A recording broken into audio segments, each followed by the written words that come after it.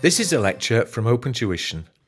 To benefit from the lecture, you should download the free lecture notes from opentuition.com. Okay, we're still on partnership, and this is the third part of partnership, international partnerships. Now, I find this a difficult area, and I find it difficult because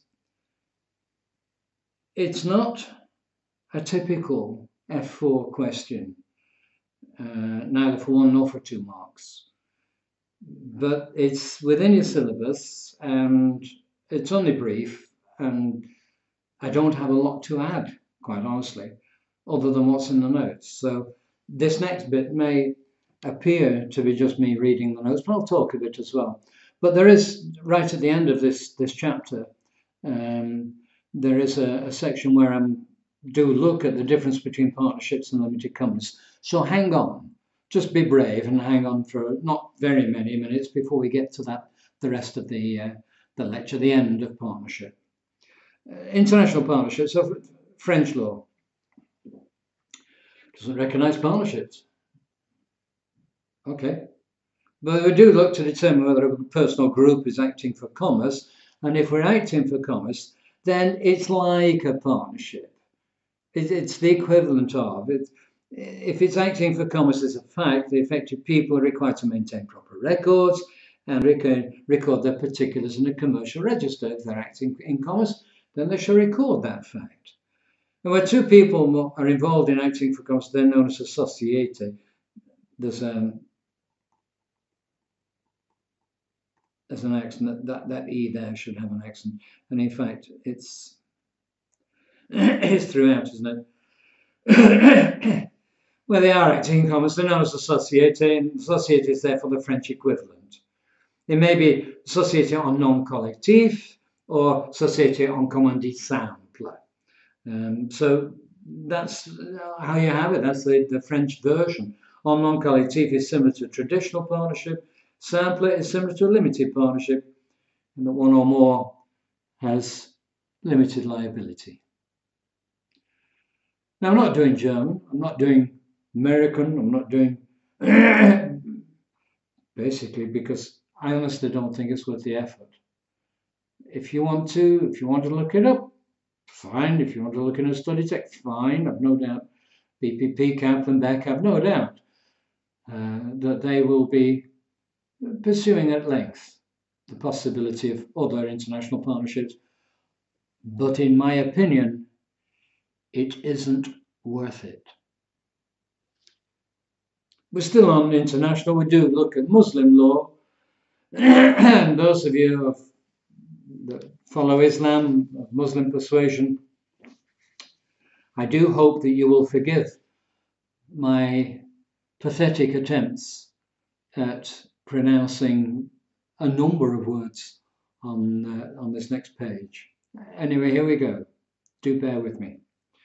Muslim law recognizes 3 types of profit-sharing operations. We have musharaka, mudaraba, and shaka al-inam. Anyone here? Would you have recognized those if they weren't written down in front of you? Musharaka is very similar to traditional. Participants pool resources to invest in a commercial venture. Decision-taking shared, profits and losses are shared. Mudaraba is similar to UK partnership, where 1 or more of the partners takes no active part. So we're looking like a limited partnership, or a traditional partnership with a dormant or a sleeping partner. They invest in the firm and they share in the firm's profits. The investment itself does not bear interest. Again, bear with me. I have no personal experience of this, but Muslim law prevents interest from being charged on loans. But a return by way of profit is not forbidden. So, may I assume that under Mudaraba, where a person invests in a venture for a share of profits, would I be right in saying that that share of profits is increased when calculating the share? is increased to compensate for the interest foregone? I don't know. But anyway, that's what mudaraba is. Somebody contributes by way of contribution, hoping to get a return on that contribution, but not interest on your share of profits. Shika al-Ainan has the appearance of a traditional partnership. Participants invest money or other value and they share profits, but the partners are not liable for the debts of the other partners. Individual partners are responsible for the debts that they incur, and they can only sue on contracts that they themselves have entered into. So participants, although it's like a traditional partnership where we do share profits, liability is not joint and several. So only the contracting partner can sue, and only the contracting partner can be sued under that contract. And that's all I'm saying on international partnerships. But now we come to now it comes to this, which, well, it says learn fast rats. As you are aware, I do like mnemonics, but learn fast rats is a 13-point mnemonic. It's up to you. I don't see it ever being asked. You'll never be asked a 13-mark question anyway. But you may be asked where you could apply these elements of the differences between partnerships and limited companies. You may be able to apply them in a 1 or a 2-mark multiple choice question. Now what's happened?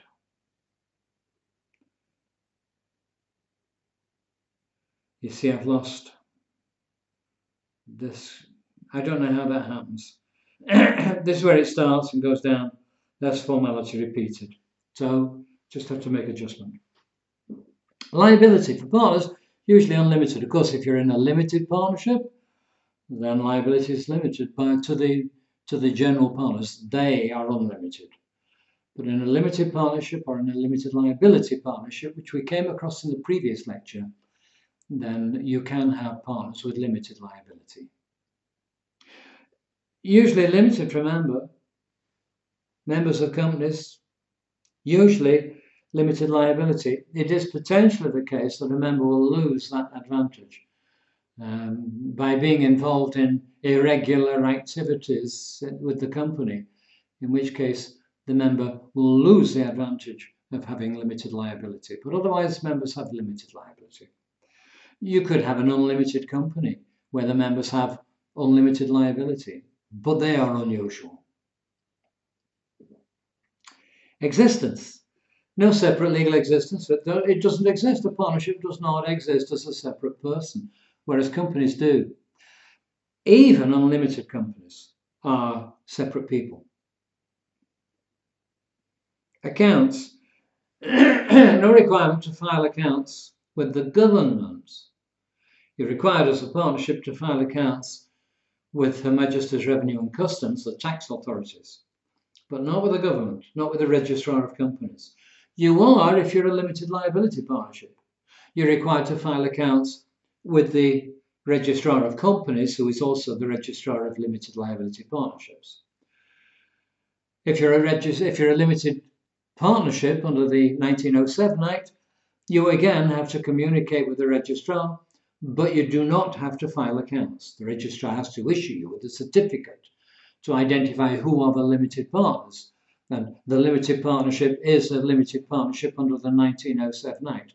But you don't have to file financial statements. Whereas we do, as companies, even little companies have to file financial statements. Raising capital.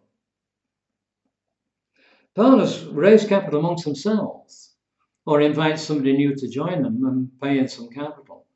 But otherwise, it's an informal matter. They can't secure debts by way of floating charge. This is a different point. Raising capital, let me go back to the first point. I'll come back to that second one. Raising capital is done internally. The firm have a partners meeting and say, we're running short of cash. Can anyone introduce more capital? Or shall we invite Peter to come and join us and introduce some capital into the firm? So it's informal in that respect. They can't raise capital by way of floating charge. Floating charges and fixed charges we'll come to when we look at company law, the law of corporations. But a floating charge is available for limited companies. Even private limited companies can pledge their debts, can secure their loans by way of pledging their assets by way of floating charge. Remember, a partnership is just you and me and two other people and another one, and it's just individuals joining together.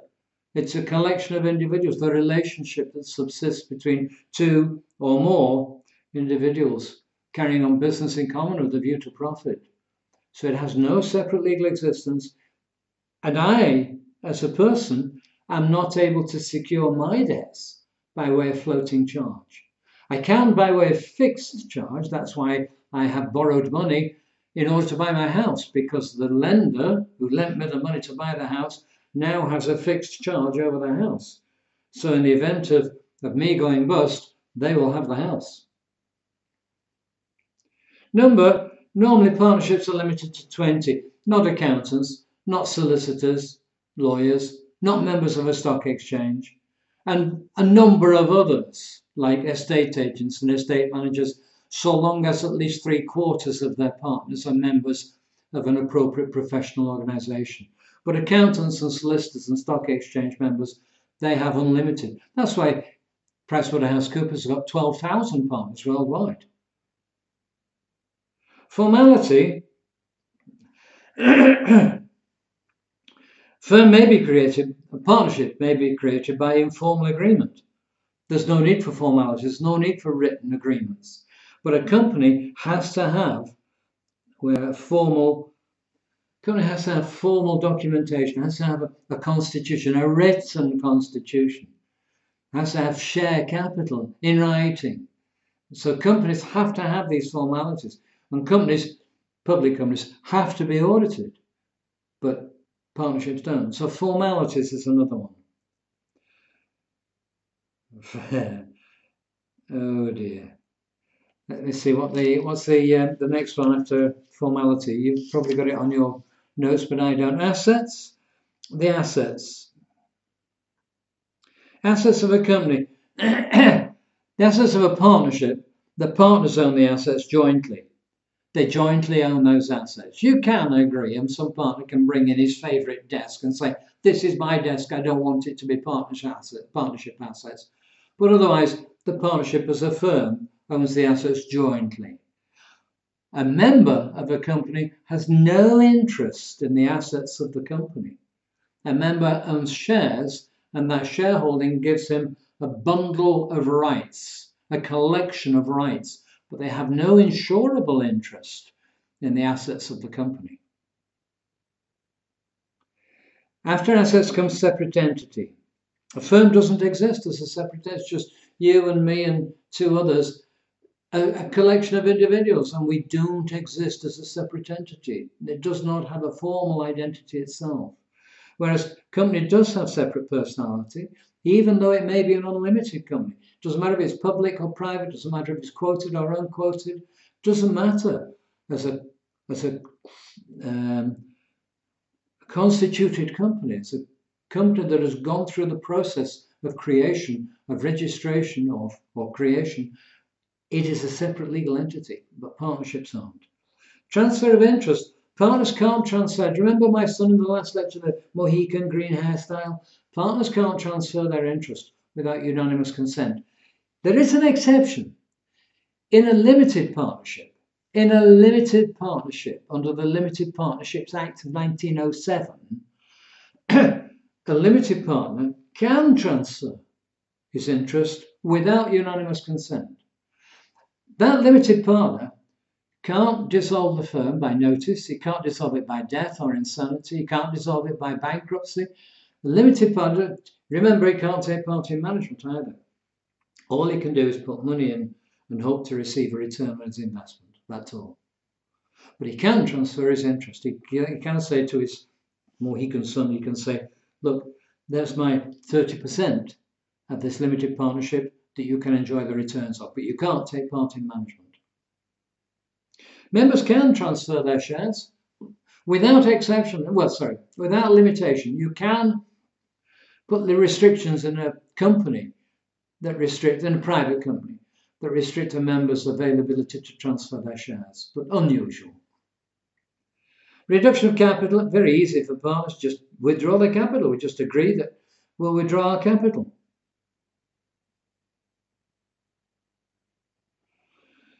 Partners, easy to withdraw, very difficult for companies. They've got to go through a process of passing a special resolution, getting the consent of the court, and it has to be allowed by the Constitution. So it's jumping through hoops, burning hoops, backwards with a blindfold on, with one leg tied behind your back. For a company to reduce its capital is very awkward. Partnership's dead easy. Active participation. Partners are entitled to take part in management unless we agree differently. If we agree differently, you can't. Members can't take part unless the member happens also to have been appointed as a director. But then they're taking part in their capacity as a director, not in the capacity as a member. Taxation. Partners get taxed on their profit share. Members don't get taxed on the company profits. The company gets taxed. Corporation tax. Members get taxed on the dividends that the company pays out, but not on the profits that the company makes. And finally, the secretary. I suppose we could have another one, couldn't we? Secretary, no requirement for partnership firm to have a secretary. Public companies must have a secretary.